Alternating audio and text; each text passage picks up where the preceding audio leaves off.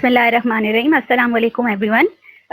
मैं तमाम पार्टिसिपेंट्स को सबसे पहले वेलकम करना चाहूँगी कि thank you for joining us, और आपने जो है वो इस सेमिनार को अवेल किया, इस अपॉर्चुनिटी को आपने एक्सेस किया। सबसे पहले मैं अपना इंट्रोडक्शन आपको देना चाहूँगी। माय नेम इज़ महा कासिम, और इस सेमिनार के लिए और आगे के इंशाल्लाह तमाम सेमिनार्स के लिए मैं आपकी कोऑर्डिनेटर रहूँगी। और मैं जो हूँ बाय प्रोफेशन जो है वो बायोटेक्नोलॉजिस्ट हूँ। I am pass out from university of Karachi, और एक रिसर्चर हूँ, प्रोफेशनली रिसर्चर हूँ, और जो है आपको थ्रू आउट द सेशन जो है मीडिएट करूँगी। तो सबसे पहले जो है इस सेमिनार के बारे में जो है वो हम आपको बताएंगे कि फ्लो साइटोमेट्री का हम सेमिनार आज जो प्रेजेंट कर रहे हैं आपको, वो Pakistan association of biotechnology, Sindh biotechnologist association और फ़िक्र इल्म, इन तमाम ऑर्गेनाइजेशंस की कोलैबोरेशन से जो है हम इस काबिल हुए हैं कि हम आपको ये सेमिनार जो है वो प्रेजेंट कर सकें और आपको इंटरटेन कर सकें, फैसिलिटेट कर सकें। तो मैं फिर नोमान को है, सैयद नोमान अहमद को इनवाइट करना चाहूँगी, जो कि फ्लो साइटोमेट्री एप्लीकेशन स्पेशलिस्ट हैं और इस सेशन के हमारे स्पीकर हैं, और आपको जो है तमाम नॉलेज जो है वो डिलीवर करेंगे। जी महा, thank you so much, thank you everyone for joining. तो आज का सेशन हम स्टार्ट करते हैं। What is flow cytometry. मैं जो है वो फ्लो साइटोमेट्री स्पेशलिस्ट हूँ एक लाइफ साइंस कंपनी में जो molecular biology, cell culture, biotechnology के प्रोडक्ट्स प्रोवाइड करती है, और हम लोग जो है डिफरेंट तरह की जो है वो चीज़ें, सर्विसेज देते हैं।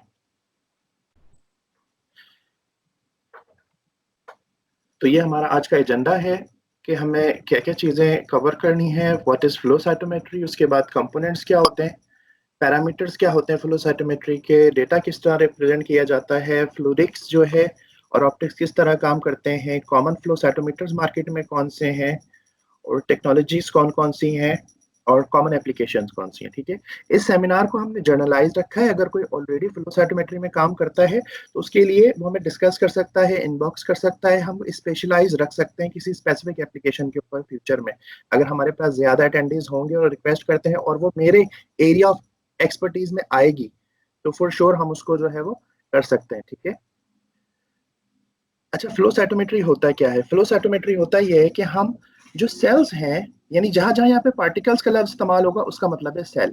तो जितने सेल्स हैं, पार्टिकल्स हैं, वो लिक्विड में फ्लो में स्ट्रीम में फ्लो होते हैं, और उससे उन सेल्स को हम सेल काउंट देख सकते हैं कि कितने सेल पर एमएल है। ये देख सकते हैं कि कितने सेल वायबल हैं, यानी कितने अलाइव हैं, कितने डेड हैं।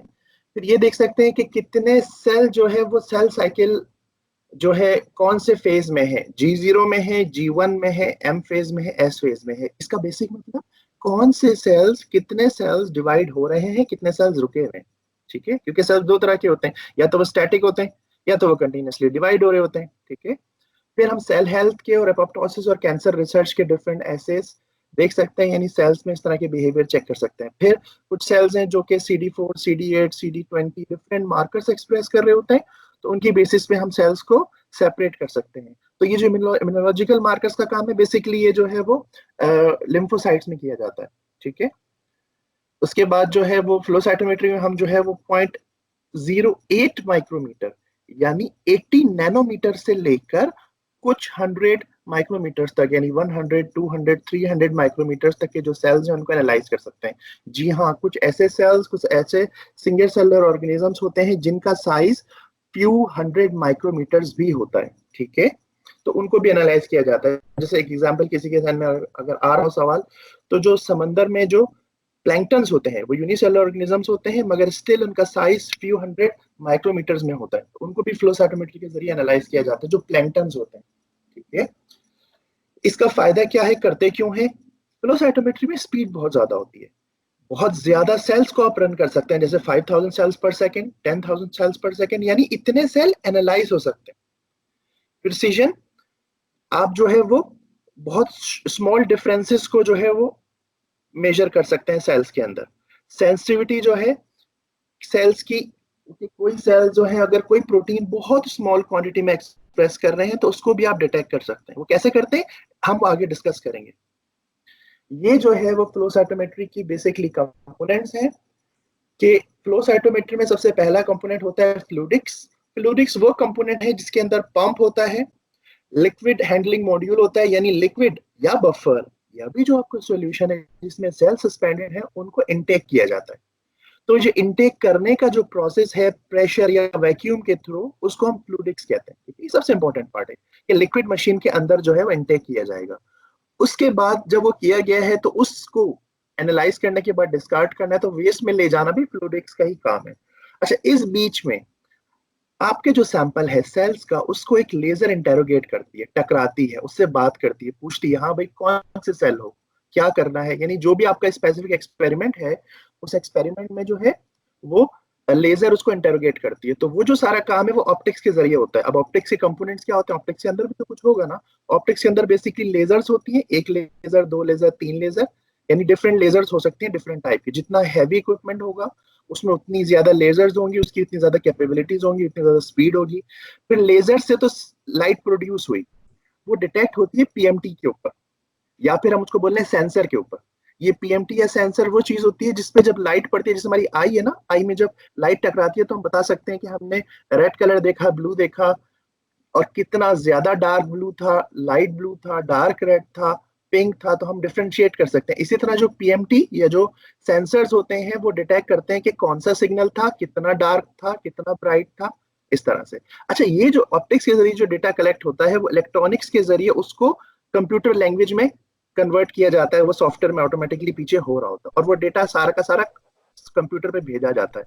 और वो डेटा कंप्यूटर पे जाने के बाद सॉफ्टवेयर में आपको इस तरह नजर आता है।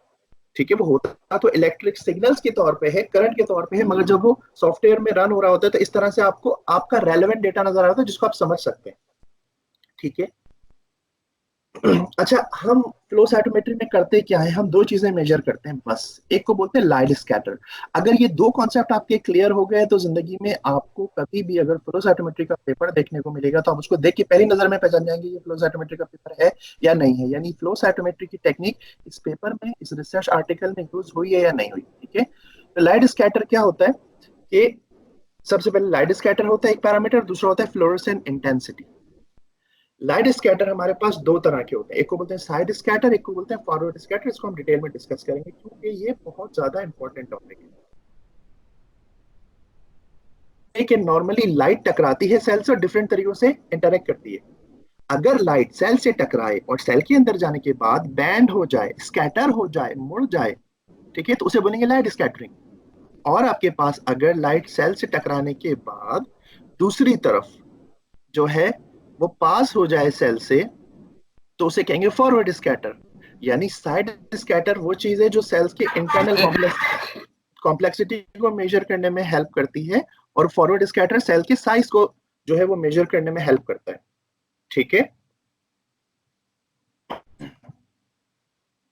अब ये एक एग्जांपल है, फर्ज करें। अच्छा, मैं जो है फॉरवर्ड स्कैटर को मुश्किल नहीं बल्कि आसान तरीके से समझाने की कोशिश करता हूँ। जब भी प्रेजेंटेशन देता हूँ मैं मेरे लिस्ट में डिफरेंट लोगों को, तो ट्रेनिंग्स देता हूँ, तो उसमें लेजर किसी सेल से टकराई, अगर सेल बड़ा है तो उसका साया, उसका शेडो बड़ा बनेगा, अगर सेल छोटा है तो उसका शेडो छोटा बनेगा। तो ये लेजर लाइट सोर्स से लेजर आ रही है, ये सेल से टकराई, बड़ा सा शेडो बन गया। यहाँ छोटा सेल था, इसका छोटा शेडो बना। तो जिस सेल का जितना ज्यादा फॉरवर्ड स्कैटर होगा उसका मतलब उसका साइज उतना ज्यादा बड़ा है। जो सेल जितना जिसका कम फॉरवर्ड स्कैटर होगा उसका मतलब उसका साइज उतना कम है।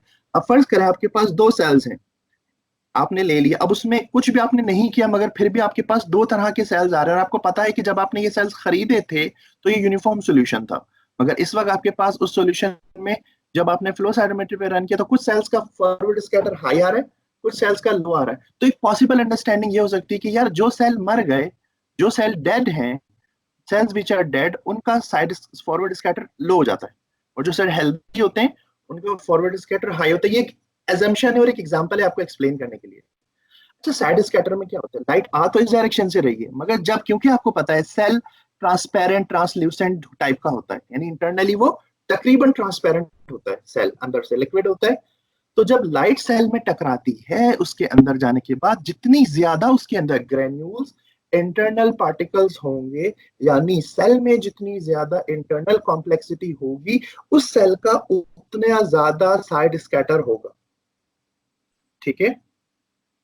जिस सेल का जिस सेल का जितना कम इंटरनल कॉम्प्लेक्सिटी होगी, जितने कम ग्रेन्यूल्स होंगे उसका साइड स्कैटर उतना कम होगा। ठीक है, तो दो चीजें बताई, पहली बताई कि सेल का साइज के हिसाब से फॉरवर्ड स्कैटर को देखा जाता है और साइड स्कैटर देखा जाता है कि सेल के अंदर कॉम्प्लेक्सिटी कितनी है, क्योंकि हर सेल एक जैसा कॉम्प्लेक्स नहीं होता। अगर सेल्स के साइज भी सेम है, अगर एक सेल हेल्दी है दूसरा एपोप्टोटिक है, तो जो सेल्स एपोप्टोसिस में जाने वाला है उसकी इंटरनल कॉम्प्लेक्सिटी ज्यादा होगी। ठीक है, और जिस सेल्स की जो है इंटरनल कॉम्प्लेक्सिटी कम है उसका साइड स्कैटर बिल्कुल कम होगा। ठीक है, यहां तक आई होप इट्स क्लियर। उसके बाद जो दूसरी चीज हमने बात की थी यहाँ पे, फ्लोरेसेंट लाइट स्कैटर हमने बात कर ली। ठीक है, क्वेश्चन हो तो जो है वो चैट बॉक्स में लिख दीजिएगा, उसको डिस्कस कर लेंगे। फ्लोरेसेंस इंटेंसिटी क्या होती है कि आपके पास एक लाइट होती है स्पेसिफिक वेवलेंथ की। ठीक है, जैसा कि 488 नैनोमीटर की, ये मोस्ट कॉमन लेजर है हमारे पास, ब्लू लेजर बोलते हैं इसको। ठीक है, ये ब्लू लेजर अगर इस कंपाउंड से, इसका नाम है फिट सी, इसको बोलते हैं फ्लोरोसिन आइसोथायोसाइनेट, ये एक ऐसा कंपाउंड है कि जब इसको 488 नैनोमीटर की लेजर से एक्साइट किया जाता है, मतलब वो लेजर इससे टकराती है, तो ये एक स्पेशल सिग्नल प्रोड्यूस करता है 520 नैनोमीटर के ऊपर।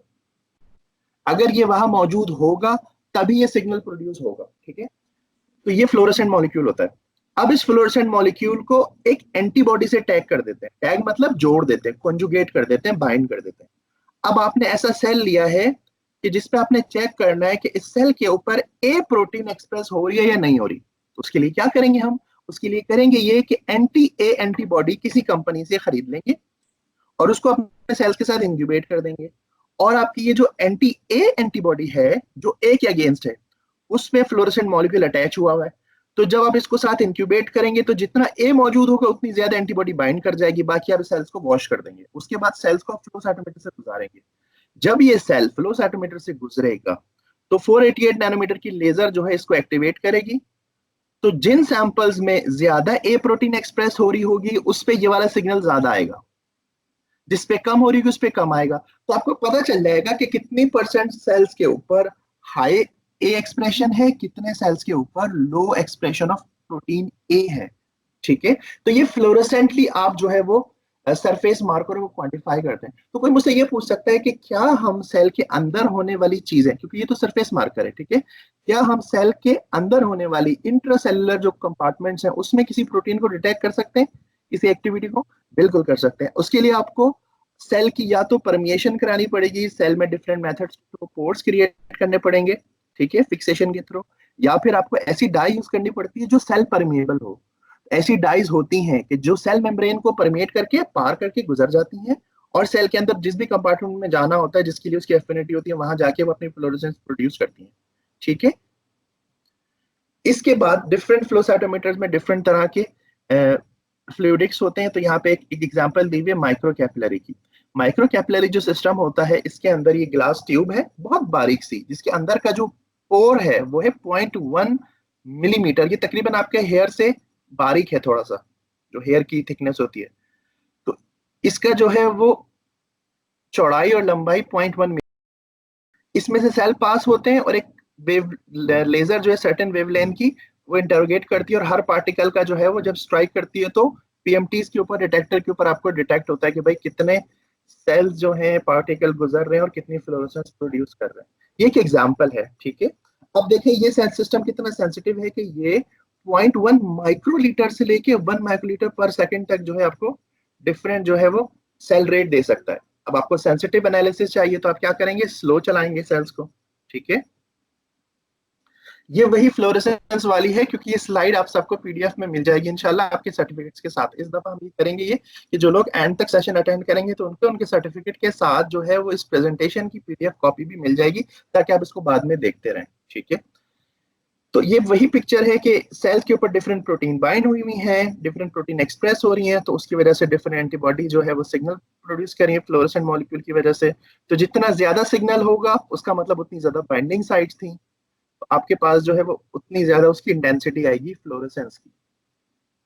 ये वही बात है पूरी। यहाँ पे दो प्रोटीन एक्सप्रेस हो रही है तो इन्होंने एक यहाँ दिखाई एक यहाँ दिखाई, यहाँ पे बहुत सारी हो रही है। तो जितना अब ये सिग्नल दिया हुआ है लॉग स्केल में फ्लोरेसेंट इंटेंसिटी का, तो ये 0 है, फर्ज करें ये 100 है, तो यहाँ से अब जितना दूर जाते जाएंगे 0 से उसका मतलब उतना सिग्नल बढ़ता जा रहा है।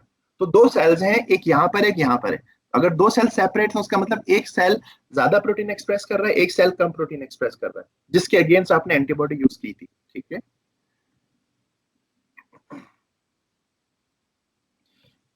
इसके बाद जो है जो भी डेटा होता है वो इस तरह रिप्रेजेंट किया जाता है। ये देखिएगा कि हमारे पास डिफरेंट ये सेल्स हैं। तो ये अगर सेल 1 है तो सेल 1 में फॉरवर्ड स्कैटर और साइड स्कैटर, ये एक एग्जांपल है, प्रैक्टिस है डेटा पढ़ने की कि आप किस तरह डेटा डॉट प्लॉट का पढ़ सकते हैं। तो ये जो है वो एक सेल है जिसका साइड स्कैटर 25 है, फॉरवर्ड स्कैटर 25 है। तो ये 25 का मतलब ये क्लोजर टू जीरो है, तो यानी सेल का साइज भी छोटा है और इंटरनली भी ये लेस कॉम्प्लेक्स है। फिर जब हम देखते हैं सेल 2, तो ये सेल 2 साइज में और भी छोटा है मगर इसकी इंटरनल कॉम्प्लेक्सिटी थोड़ी सी ज्यादा है। फिर 3 की बात करते हैं और फिर इस तरह से 4 की। तो ये आपको बताने का मकसद ये है कि एक सैंपल में, एक सेल्स के सैंपल में डिफरेंट तरह की मॉर्फोलॉजी के सेल्स हो सकते हैं। ठीक है, अब आप मुझसे पूछेंगे सर इसकी क्या कोई कॉमन एग्जांपल है? तो इसकी मोस्ट कॉमन एग्जांपल है आपके जो ब्लड सेल्स होते हैं, आपने सुना होगा इओसिनोफिल्स, ग्रेन्युलोसाइट, ए ग्रेन्युलोसाइट, डिफरेंट तरह के जो व्हाइट ब्लड सेल्स होते हैं इंसान के ब्लड में। तो वो जो सेल्स हैं वो डिफरेंट इंटरनल कॉम्प्लेक्सिटी और डिफरेंट साइज के होते हैं। उन सेल्स को आप फॉरवर्ड और साइड स्कैटर की बेसिस पे अलग कर सकते हैं। दिखने में तो वो एक ब्लड सैंपल है, दिखने में तो सारे जो है वो व्हाइट ब्लड सेल्स हैं, मगर आपको नहीं पता कि कितने इओसिनोफिल्स हैं, कितने बेसोफिल्स हैं, कितने जो है लिम्फोसाइट्स हैं, कितने जो है वो न्यूट्रोफिल्स हैं। तो डिफरेंट आपके पास जो व्हाइट ब्लड सेल्स की पॉपुलेशन है, तो वो इस मेथड के जरिए आप सेपरेट कर सकते हो। तो अब आपको एक आइडिया होगा कि हाँ भाई, हम फ्लो साइटोमेट्री को इस तरह यूज कर सकते हैं कि सेलुलर व्हाइट ब्लड सेल्स की पॉपुलेशन को सेपरेट कर सकते हैं। ठीक है, तो एक बात अगर आपके जहन में ना आई हो तो मैं एक बता देता हूँ एग्जाम्पल के तौर पे कि जो ब्लड सेल्स उसके अंदर जो आरबीसीज होते हैं वो बेपनाह होते हैं, यानी वो बहुत ज्यादा तादाद में होते हैं। तो वो जो है मगर वो साइज में छोटे होते हैं, 3-4 माइक्रोमीटर्स के होते हैं। तो वो इन प्लॉट्स में यहाँ कहीं आ रहे होते हैं, सारे के सारे एक जैसे, क्योंकि जितने भी आरबीसीज होते हैं वो एक जगह जमा हो जाते हैं बहुत सारे। क्यों? यानी इस प्लॉट में इस जगह नजर आ रहे होते हैं क्योंकि उनका साइज छोटा होता है और उनके इंटरनल कॉम्प्लेक्सिटी मोरलेस सबकी सेम होती है, तो सारे के सारे आरबीसी सेम जगह पे आ रहे होते हैं। और बेसिकली आरबीसी क्या है, तो कुछ लोगों को स्टिल जो है वो जो है क्लियर नहीं होता। तो RBC basically these are packets of haemoglobin only. Even RBC के अंदर न्यूक्लियस भी नहीं होता, जिसको नहीं पता वो ये बात हमेशा ध्यान में रखिए कि आरबीसी में न्यूक्लियस तक नहीं होता। ठीक है, वो सिर्फ पैकेट्स होते हैं हीमोग्लोबिन के, नथिंग एल्स। ये एक एग्जांपल है, अगर कोई प्रोटीन डिफरेंट, एक कोई सेल डिफरेंट तरह की प्रोटीन एक्सप्रेस कर रहा है तो उसको डिफरेंट तरह के पीएमटीज पे यानी फोटो मल्टीप्लायर ट्यूब्स पे डिटेक्ट कर सकते हैं। यानी इसको आम जबान में आप बोल रहे हैं सेंसर्स हैं, लाइट सेंसर। तो एक सेल गुजरा, सबसे पहले एक सेल गुजरा जिसपे रेड वाली प्रोटीन एक्सप्रेस हो रही थी जिसका सिग्नल रेड था, दूसरी प्रोटीन थी जिसका सिग्नल येलो था, तीसरी प्रोटीन थी जिसपे येलो और ग्रीन दोनों सिग्नल थे, उसके बाद जो चौथा सेल था उस पर तीनों प्रोटीन एक्सप्रेस हो रही हैं। तो ये जो हमारे पास डिफरेंट सेल्स हैं ये डिफरेंट टाइप के सेल्स हो सकते हैं जो different protein at a time express कर रहे हैं। तो जो लेजर एक्साइट करती है तो हर प्रोटीन, हर फ्लोरोसेंट मॉलिक्यूल, यानी जैसे हमने बताया फिटसी, उस फिटसी के बहुत सारे भाई बहन और हैं, जैसा कि फिटसी हो गया, फाइकोरिथ्रिन हो गया, प्रोपीडियम आयोडाइड हो गया, एलोफाइकोसाइनिन हो गया जिसको एपीसी कहते हैं। तो इस तरह से बेशुमार बेशुमार fluorescent molecules, fluorescent conjugates market में अवेलेबल होते हैं। तो जब आपको 3 प्रोटीन एक सेल पे चेक करनी है तो उसको जाहिर सी बात है आपको इस तरह अरेंज करना है अपने एक्सपेरिमेंट को जिसमें जो है वो तीनों एंटीबॉडीज ऐसी हो जिसका डिफरेंट डिफरेंट सिग्नल होता है, कि पता तो चले कि कौन सा ऊपर जाता है तो कौन सा नीचे आता है, यानी कौन सा अप रेगुलेट हो रहा है कौन सा डाउन रेगुलेट हो रहा है और कौन सा अपनी पोजीशन पे सेम रहता है, यानी एक्सप्रेशन। तो इस तरह से मल्टीपल जो सिग्नल्स हैं आप उसको डिटेक्ट कर सकते हैं इसी फ्लो साइटोमेट्री के एक्सपेरिमेंट में, और इन पैरामीटर्स की बेस पे आप सेल्स को सेपरेट भी कर सकते हैं। अच्छा, अब ये बात है उसी टॉपिक से रिलेटेड कि हम फ्लो साइटोमेट्री का डेटा किस तरह से ग्राफिकल वे में एनालाइज कर सकते हैं, देख सकते हैं, समझ सकते हैं। ये चीज अगर आपने समझ ली तो आपको पता चल जाएगा यार कौन सा फ्लो साइटोमेट्री का पेपर होता है, कौन सा नहीं होता। फ्लो साइटोमेट्री का जो डेटा रिप्रेजेंट करने के बेसिकली 3 तरीके होते हैं। एक होता है चार्ट बेस्ड, यानी जिसमें आप एक्सेल शीट बना लेते हैं, बॉक्स बना लेते हैं, कॉलम रोज होती हैं, उसमें बता दें कि कौन सा सेल कितनी परसेंट है, बेसिकली जो हम नॉर्मली करते हैं मैथमेटिकल फिगर्स लिखने के लिए। वो हो गया हमारे पास mathematical statistical value, statistical data. अच्छा, जो हमारा ग्राफिकल वे है वो के 2 तरीके होते हैं फ्लो साइटोमेट्री के डेटा रिप्रेजेंट करने के, समझाने के, बताने के, डेटा पब्लिश करने के। पहले को कहते हैं हिस्टोग्राम, दूसरे को कहते हैं डॉट प्लॉट। हिस्टोग्राम क्या होता है? हिस्टोग्राम में जो आपका एक्स एक्सिस होता है उसके ऊपर सिर्फ एक पैरामीटर होता है, और पैरामीटर का मतलब सिग्नल इंटेंसिटी। ये जीरो है, 10⁻0 का मतलब जीरो, 10⁻1 का मतलब 10, 100, 1000, 10,000। ठीक है, ये वो सिग्नल इंटेंसिटी है। यहाँ पे वेरी लो सिग्नल या वेरी हाई सिग्नल। दूसरे पे आपके पास जो है ये सेल काउंट होता है, तो इसको हम कहते हैं हिस्टोग्राम। हिस्टोग्राम में होता ये कि जब आप सेल्स को हिस्टोग्राम में व्यू करते हैं, देखते हैं, तो पता चलता है कि कितने सेल्स हाई एक्सप्रेशन वाले हैं, कितने सेल्स लो एक्सप्रेशन। जो स्पाइक, जो पीक जितनी ऊपर तक जाएगी पता चलेगा उतना सेल काउंट है उस पीक का। ठीक है, तो जब हम इसको टोटल करेंगे तो पता चलेगा कि हमारे पास पॉजिटिव सिग्नल, ये बात बहुत जरूरी है समझना, कि अगर कोई चीज जीरो के नजदीक हो तो हम उसको बोलते हैं कि वो उस प्रोटीन के लिए नेगेटिव है, यानी वो प्रोटीन इसमें एक्सप्रेस नहीं हो रही क्योंकि सिग्नल लो है, बहुत लो है। और अगर कोई चीज जीरो से दूर है तो हम बोलेंगे ये साइड पॉजिटिव है और ये साइड यहां से लेके यहां तक ये नेगेटिव रीजन है। तो हमारे पास जो है वो सेल्स पॉजिटिव और नेगेटिव आप डिफ्रेंशिएट कर सकते हैं, मगर सिर्फ एक पैरामीटर के ऊपर, हिस्टोग्राम के अंदर। हिस्टोग्राम में एक एक्सिस पे आपके पास कोई एक फ्लोरेसेंट पैरामीटर होगा, कोई सा भी पैरामीटर हो सकता है, और दूसरे एक्सिस वाई एक्सिस के ऊपर आपके पास सेल काउंट होगा। यहां तक ये देखिए, ये सेल्स, ये वाले जो सिग्नल थे, यानी इस इंटेंसिटी का जो सिग्नल था वो 30 है, 30, 20, 15, तो ये सेल्स हैं। तो ये हाई एक्सप्रेसिंग सिग्नल्स हैं, वो सेल जो कि CD64L पॉजिटिव है। ठीक है, ये था, इसको बोलते हैं हिस्टोग्राम। इसके बाद डॉट प्लॉट। डॉट प्लॉट क्या होता है? ऊपर वाले में हमारे पास एक पैरामीटर था, यहाँ पे हमारे पास दो पैरामीटर्स हैं, एक है CD4, दूसरा है CD8। CD4, CD8, CD4 bind हुआ है FITC से, CD8 है PE से, फाइकोडिथ्रिन। अब हमारे पास चार पॉपुलेशन आएंगी। वो पॉपुलेशन जो नेगेटिव फॉर बोथ हैं, क्योंकि मैंने बताया था जो जीरो से क्लोज होती है पॉपुलेशन वो होती है नेगेटिव। तो अगर यहाँ पे दो पैरामीटर्स हैं, नेगेटिव फॉर बोथ है। ठीक है, अब कोई पूछे ये वाले सेल्स कौन से हैं?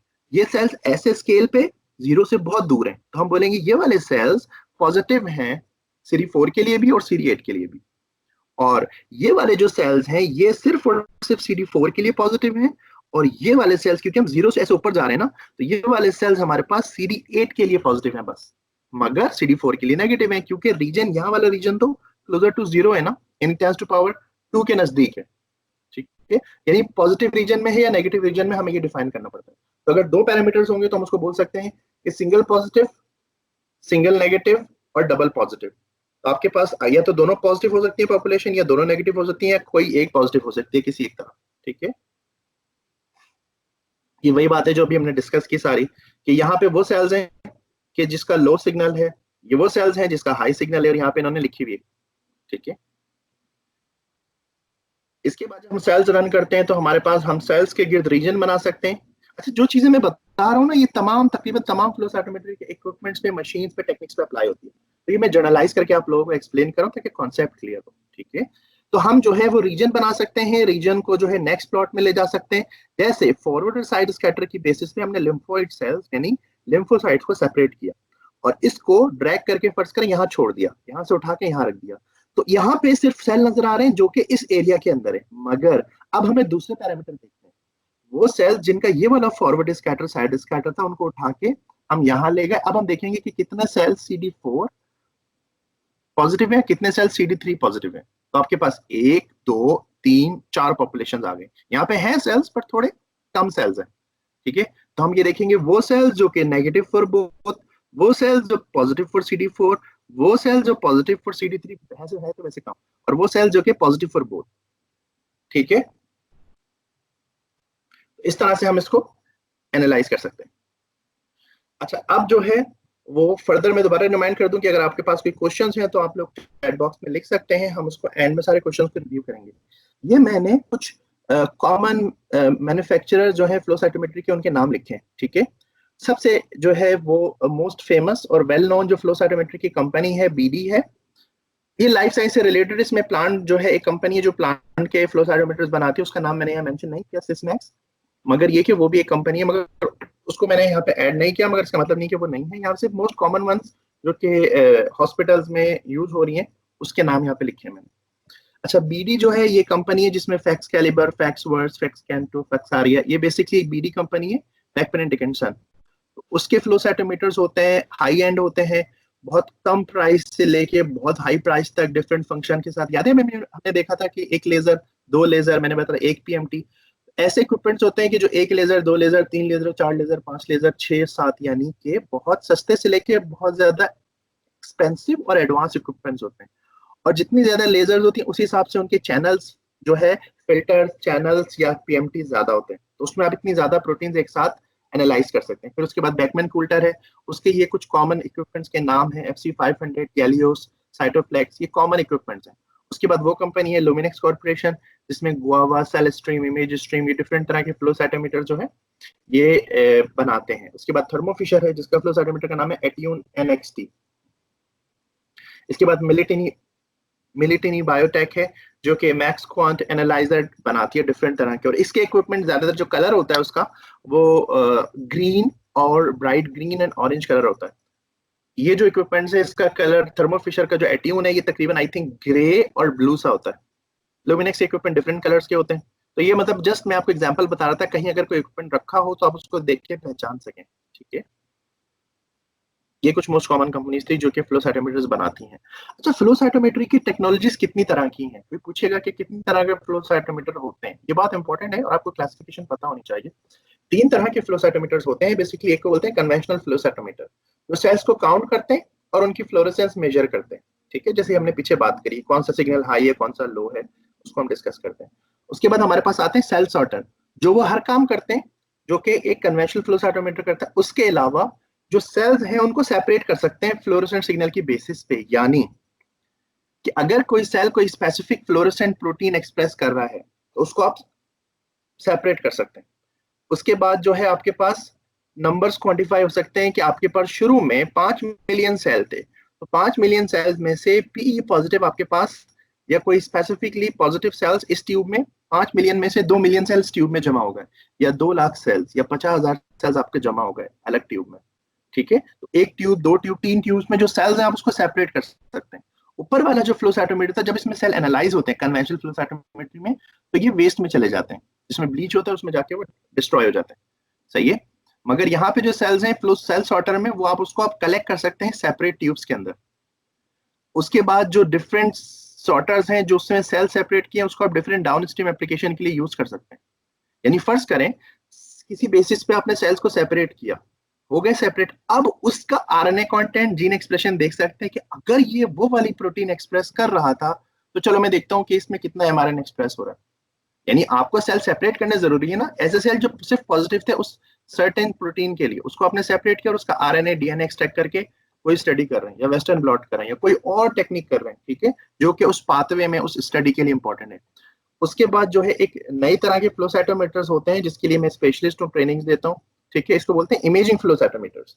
ये वो फ्लो साइटोमीटर्स हैं जो कि जैसे ही सेल लेजर के सामने से गुजरता है तो उस पर लेजर के सामने लेजर नहीं होती बल्कि एक कैमरा होता है।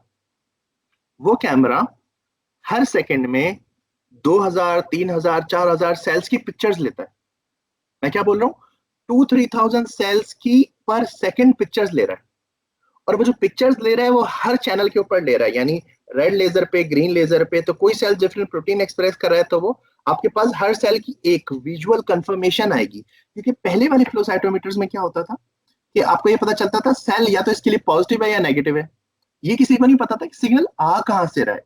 भाई सेल मेम्ब्रेन से आ रहा है, माइटोकॉन्ड्रिया से आ रहा है, न्यूक्लियस से आ रहा है, सेल के कौन से हिस्से से सिग्नल आ रहा है, ये प्रोटीन है कहां पे। तो इस फ्लो साइटोमेट्री के जरिए आप 40x 60x की जो है वो इमेजेस हासिल कर सकते हैं, फ्लोरेसेंट और ब्राइट फील्ड।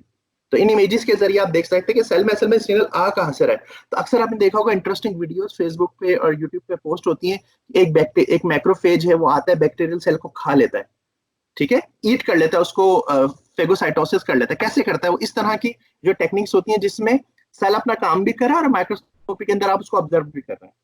ठीक है, तो विजुअल कंफर्मेशन हो जाती है। उसके अलावा इसमें सिमिलर काम होता है एक कन्वेंशनल फ्लो साइटोमीटर जैसा। जो कॉमन एप्लीकेशंस हैं हमारे पास फ्लो साइटोमेट्री की वो क्या होती हैं? जो कॉमन एप्लीकेशन है वो है क्लिनिकल। दो तरह की एप्लीकेशंस होती हैं, क्लिनिकल और रिसर्च। क्लिनिकल मतलब डायग्नोस्टिक का जो काम होता है, जिसमें आप अपना सैंपल देते हो, अल्लाह ना करे आपको कभी फ्लो साइटोमेट्री के किसी टेस्ट के लिए सैंपल देना पड़े, ठीक है, काफी ज्यादा सीवियर डिजीज होती है जिसके लिए फ्लो साइटोमेट्री के क्लिनिकल सैंपल्स दिए जाते हैं। तो नॉर्मली जैसे HIV हो गया या ब्लड रिलेटेड डिसऑर्डर्स होते हैं कि कोई सेल्स ब्लड के अंदर डिफरेंट तरह के RBWBCs हैं या कोई और सेल्स हैं, ये ब्लड कैंसर के जो बेसिकली पेशेंट्स होते हैं उसमें कोई सेल ज्यादा हो रहे हैं कम हो रहे हैं, तो उनको क्वांटिफाई करते हैं मार्कर की बेसिस पे, कौन से मार्कर ऊपर जा रहे हैं कौन से मार्कर नीचे जा रहे हैं, तो वो पूरा एक हिसाब किताब लगाते हैं कि अगर ये वाले जो है वाइट ब्लड सेल ज्यादा हो रहे हैं, ये वाले कम हो रहे हैं, और इस पे ये मार्कर एक्सप्रेस होना शुरू हो गया जो कि नॉर्मली नहीं होते, तो इस बंदे को ये वाला कैंसर हो सकता है। ठीक है, इस तरह से यूज होते हैं। तो क्लिनिकल जो सैंपल्स होते हैं वो होते हैं जब आप सैंपल देते हैं डायग्नोस्टिक लैब्स में। सही है। तो HIV के लिए करते हैं, तो इसमें जो है वो बेसिकली HIV में जब इन्फेक्शन होता है तो एड्स का, तो उसमें CD4 CD8 का जो रेशियो है वो बहुत ज्यादा इंपॉर्टेंट होता है डिजीज प्रोग्रेशन के लिए, कि अगर आप इलाज कोई भी थेरेपी एंटीवायरल थेरेपी कर रहे हैं तो उसमें जो डिजीज है वो जो है वो सेवियर हो रही है या वो बेहतरी की तरफ जा रही है, तो उसके जरिए आप CD4 और CD8 का रेशियो देखते हैं। यानी क्योंकि ये तो है कि इम्यूनो डेफिशिएंसी ना, तो इसमें डायरेक्टली आपके व्हाइट ब्लड सेल्स पे लिम्फोसाइट्स पे जाके एक्ट करती है। अच्छा, उसके अलावा जो ब्लड डिसऑर्डर्स का मैंने बताया कि डिफरेंट तरह के जो डिसऑर्डर्स होते हैं कि कौन से सेल्स कम या ज्यादा हो रहे हैं कैंसर से रिलेटेड, उसमें भी क्लिनिकल एप्लीकेशन में ये यूज होता है। सही है। अच्छा, जो इक्विपमेंट होते हैं क्लिनिकल स्टडीज के लिए वो IVD अप्रूव्ड IVD सर्टिफाइड होते हैं, उसकी किट्स IVD होती हैं। मगर जो रिसर्च के इक्विपमेंट्स होते हैं वो थोड़े से कीमत में सस्ते होते हैं, ठीक है, मगर वो IVD अप्रूव नहीं होते, और आमतौर पे जो रिसर्च इंस्ट्रूमेंट्स हैं उस पर IVD का काम नहीं किया जाता, मगर जो IVD इंस्ट्रूमेंट्स हैं, IVD मतलब क्लिनिकल जो इंस्ट्रूमेंट्स हैं, उस पर रिसर्च का काम किया जा सकता है, किया जाता है पाकिस्तान में काफी जगहों पे, क्योंकि वो ऑलरेडी अवेलेबल होते हैं। तो वो कोलैबोरेट कर लेते हैं, रिसर्चर्स कहते हैं कि भाई आपकी लैब है डायग्नोस्टिक की, हम ये सैंपल रन करना चाहते हैं, वो कहते हैं ठीक है, तो कोलैबोरेट करके इस तरह काम किया जाता है और जा सकता है। रिसर्च एप्लीकेशन में जो है सेल हेल्थ एसेज होते हैं, एपोप्टोसिस जो है उसको देखा जाता है कि कितने सेल्स जो है वो एपोप्टोसिस में जा रहे हैं, कितने सेल्स जो है एपोप्टोसिस में नहीं है। फिर सेल साइकिल जो है उसको देख सकते हैं कि आप कितने सेल्स कौन से फेज में है। जैसे सेल साइकिल की एक कॉमन एग्जांपल है कि फर्स्ट करें आपके स्किन सेल्स हैं, तो आपको पता है कि आपके स्किन सेल्स जो हैं वो आमतौर पे ग्रो नहीं करते जब तक कि आपको कोई इंजरी ना हो, क्योंकि जब तक आपके सेल्स जो है वो नॉर्मल स्टेट में है, वो रुके हुए मल्टीप्लाई नहीं हो रहे, उसमें माइटोसिस नहीं हो रहा। तो अगर आप स्किन सेल्स को लेकर उसमें माइटोसिस चेक करना चाहेंगे तो आपको उस पर पता चलेगा कि यार ये सेल्स G0 पे हैं, डिवाइड नहीं हो रहे। ठीक है, अगर सेल्स मल्टीपल हो रहे हो, डिवाइड हो रहे हो कंटिन्यूसली, ठीक है, मल्टीप्लिकेशन हो रही है, सेल डिवीजन हो रही है, तो उसको जो है वो हम ये बोलेंगे कि हाँ यार ये एक्टिव है सेल्स। तो उन सेल्स में डिफरेंशिएट करने के लिए हम सेल साइकिल यूज करते हैं। और एक मोस्ट कॉमन एग्जांपल मैं आपको दे दूं जो पाकिस्तान में बहुत होता है, और हर उस शख्स को जिसको कैंसर रिसर्च में जाना है, कैंसर में काम करना है, उसको सेल साइकिल आना चाहिए और उसका प्रिंसिपल पता होना चाहिए। तो होता यह है कि हम एक सेल परमेबल एक डाई यूज करते हैं जो सेल के अंदर जा सकती है। ठीक है, वो सेल के अंदर जाने के बाद सेल के DNA से बाइंड होती है। तो जो हमारे पास ऐसे सेल्स हैं कि जिसमें अब आपको सबको पता है कि हमारे पास नॉर्मली स्टैंडर्ड फॉर्म में जो DNA कंटेंट होता है वो होता है 2n। ठीक है, अगर सेल मल्टीप्लाई हो रहा है, एक वक्त ऐसा आता है, एक पॉइंट ऐसा आता है कि जब सेल का पार्टिकल तो एक होता है मगर उसके 2n की जगह 4n हो रहे होते हैं, क्योंकि वो तकरीबन थोड़े से वक्त के बाद वो एक सेल दो सेल में डिवाइड हो रहा था, क्योंकि माइटोसिस मुस्तकिल चल रहा होता है। सही है। तो करना ये होता है कि आप ये देखते हैं कि कितने सेल जो हैं वो 2n DNA के साथ हैं और कितने सेल 4n DNA के साथ हैं, यानी DNA कंटेंट। तो इससे ये पता चलता है कि अगर आपके पास कोई कैंसर का पेशेंट है। अच्छा, अब हम बात करते हैं जो मैंने बताई थी कि पाकिस्तान में किस तरह से कैंसर पे काम हो रहा है, कराची में भी और डिफरेंट सिटीज में anti cancer therapy, anti cancer drugs के जो कैंडिडेट्स के ऊपर प्लांट एक्सट्रैक्ट लेते हैं, उसको केमिस्ट्री की टेक्निक के जरिए प्योरीफाई करते हैं, कभी कभी डायरेक्ट रॉ एक्सट्रैक्ट यूज कर लेते हैं, कभी वो उसमें से प्योरीफाइड कंपाउंड्स होते हैं TLC के जरिए। ठीक है, डिफरेंट केमिस्ट्री टेक्निक्स के जरिए अब आपके पास कंपाउंड आ गया। अब आपको लगता है कि यार ये कंपाउंड, इसका स्ट्रक्चर ऐसा है कि ये एंटी कैंसर एक्टिविटी शो कर सकता है। ठीक है, तो आप करेंगे ये कि कोई कैंसर सेल लाइन ले लेंगे, कैंसर, कोलन कैंसर, वो जो भी है आपका जहाँ पे अवेलेबल है आपके रिसर्च प्रोजेक्ट जिस चीज पर है वो आपका अपना कंसर्न है, मगर आप करोगे ये उस कंपाउंड को जिसके स्ट्रक्चर को देख के लगता है कि यार ये नीम से मैंने ये कंपाउंड एक्सट्रैक्ट किया है, तो ये जो है इसका स्ट्रक्चर ऐसा है कि शायद ये करता हो, आप अपने हाइपोथेसिस इस तरह लिखते हो। जब आप सेल को ट्रीट कराते हो तो अगर वो सेल जो है वो उस ड्रग को रिस्पॉन्ड कर रहा है तो सेल की डिवीजन रुक जाएगी। अच्छा, उससे पहले मैं बता दूं कि नॉर्मली जो ज्यादातर कैंसर सेल्स होते हैं वो कंटिन्यूसली डिवाइड हो रहे होते हैं विदाउट, क्योंकि वो जो सेल अरेस्ट या सेल साइकिल का जो स्टॉप होता है ना उसको वो बार बार बाईपास कर रहे होते हैं। उसमें जो भी म्यूटेशन होती है वो इस तरह की होती है कि उसकी जो ग्रोथ होती है वो कंटिन्यूसली होती रहती है, उसकी जो सेलुलर ग्रोथ है वो रुकती नहीं है कि अगर 100 सेल्स है तो वहां पे वो रुकता नहीं, वो मुस्तकिल हमेशा जब तक आप उसको मीडिया देते रहोगे तो डिवाइड होता रहेगा होता रहेगा होता रहेगा। अगर आपके पास ऐसा कंपाउंड मिल गया जो वाकई एक अच्छा कैंडिडेट है एंटी कैंसर ड्रग के लिए, तो वो क्या करेगा, सेल में जाएगा, एपोप्टोसिस कॉज करेगा, यानी सेल को बोलेगा कि भाई बहुत हो गया, अब प्री प्रोग्राम डेथ का वक्त आ गया, एपोप्टोसिस का वक्त आ गया, अब आपने आगे मजीद डिवाइड नहीं होना। सेल के किसी और फंक्शन को तबाह किए बगैर वो सेल्स की सिर्फ सेल साइकिल को रोक दे, सेल की डिवीजन को स्लो कर दे, रोक दे, तो आप बोलोगे यार ये एक अच्छा कैंडिडेट है। तो जब ये आप पूरा एक्सपेरिमेंट कर लोगे तो आप कोई पूछेगा भाई एनालाइज कैसे करोगे, सैंपल कैसे रन करोगे, तो आप सेल साइकिल के जरिए रन करोगे। जो सेल साइकिल बेस्ड एसेज होते हैं उसमें आप चेक करते हो कि सेल्स ड्रग देने से पहले कितने डिवाइड हो रहे थे और ड्रग देने के बाद कितने डिवाइड हो रहे, उसको कंपेयर करते थे। ठीक है, ये एक एग्जांपल थी। इम्यूनोफिनोटाइपिंग हो गई कि आपके पास जो डिफरेंट ब्लड सेल्स होते हैं, व्हाइट ब्लड सेल्स में देखते हैं कि कितने सेल्स जो है वो CD4 पॉजिटिव हैं, कितने सेल CD3 पॉजिटिव हैं, फिर उसके बाद फर्दर फर्दर फर्दर उसकी सब पॉपुलेशन को स्टडी करते हैं। सेल सिग्नलिंग पाथवेज दे सकते हैं कि कौन सी प्रोटीन थी वो फॉस्फोरिलेटेड है, कौन सी प्रोटीन फॉस्फोरिलेटेड नहीं है, किसी भी ड्रग ट्रीटमेंट के बाद, तो उसको आप जो है वो आगे लेके चल सकते हैं। फिर किसी भी किस्म के सेल सरफेस मार्कर को देख सकते हैं। पोलाइडी जो है, पोलाइडी एनालिसिस करते हैं प्लांट्स के ऊपर।